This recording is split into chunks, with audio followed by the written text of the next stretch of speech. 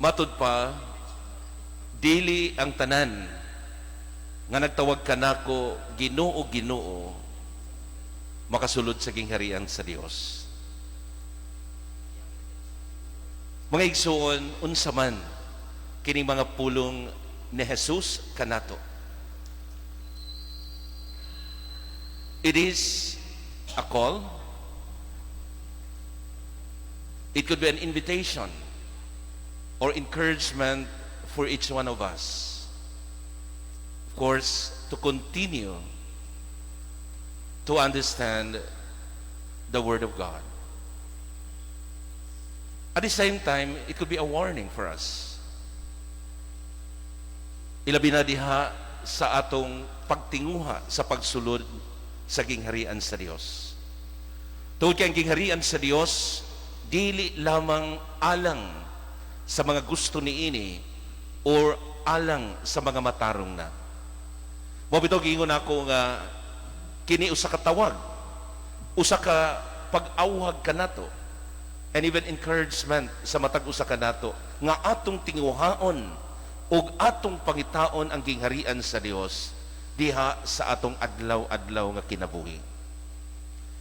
Because in a simple words, this is a call to authentic discipleship, being true disciples of Christ. And he or she must be well founded by the Word of God.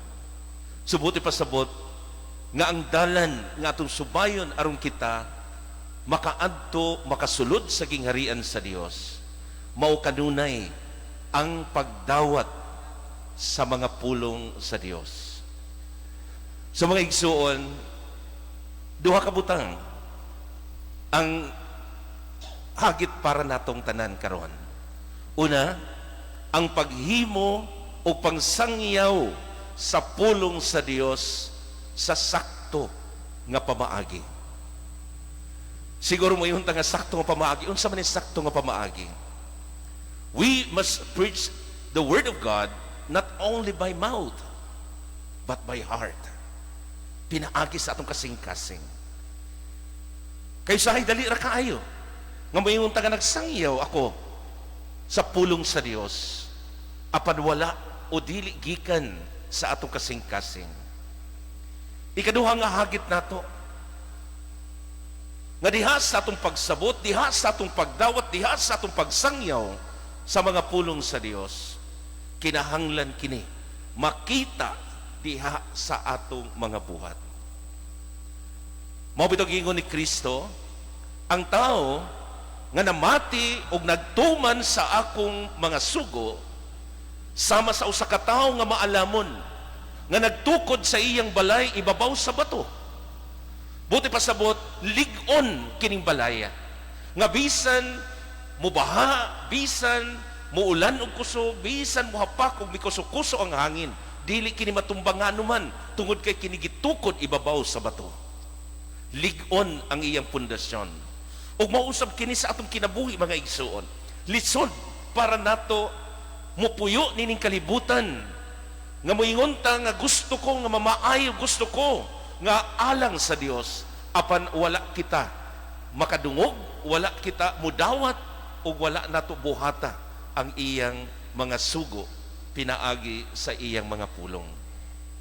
Mga igsugo diha ni Kristo, mauni kasagaran nga kulang nato. Mas dali nato dawaton ang laing mga butang niining kalibutan kaysa pagdawat nato sa pulong sa Dios. Usahay mudawat ra kita na arataman sa dalunggan apan wala kini motuhok diha sa atong kasing-kasing. Simple mga igsuon ang giingon ni Kristo kanato karon. Dawata ang ako mga pulong ug buhata kini ug ikaw makasulod sa gingharian sa Dios. Mga igsuon sa katapusan, si Kristo sab nagpahinumdum kanato nga walay laing dalan kung dili ang pagsunod kaniya, ang pagdawat nato kaniya. Walay makaantos sa amahan kung dili pinaagi kanako. matud pa sa atong Ginoo. Atong iampo ang matag usa kanato mga igsuon nga unta mahimo kitang maampuon kanunay, masaligon sa iyang mga pulong ug labaw sa tanan, andam mubuhat ni ini sa matag adlaw sa atong kinabuhi tungod kay kita nagasunod sa iyang kabubuton. Amen.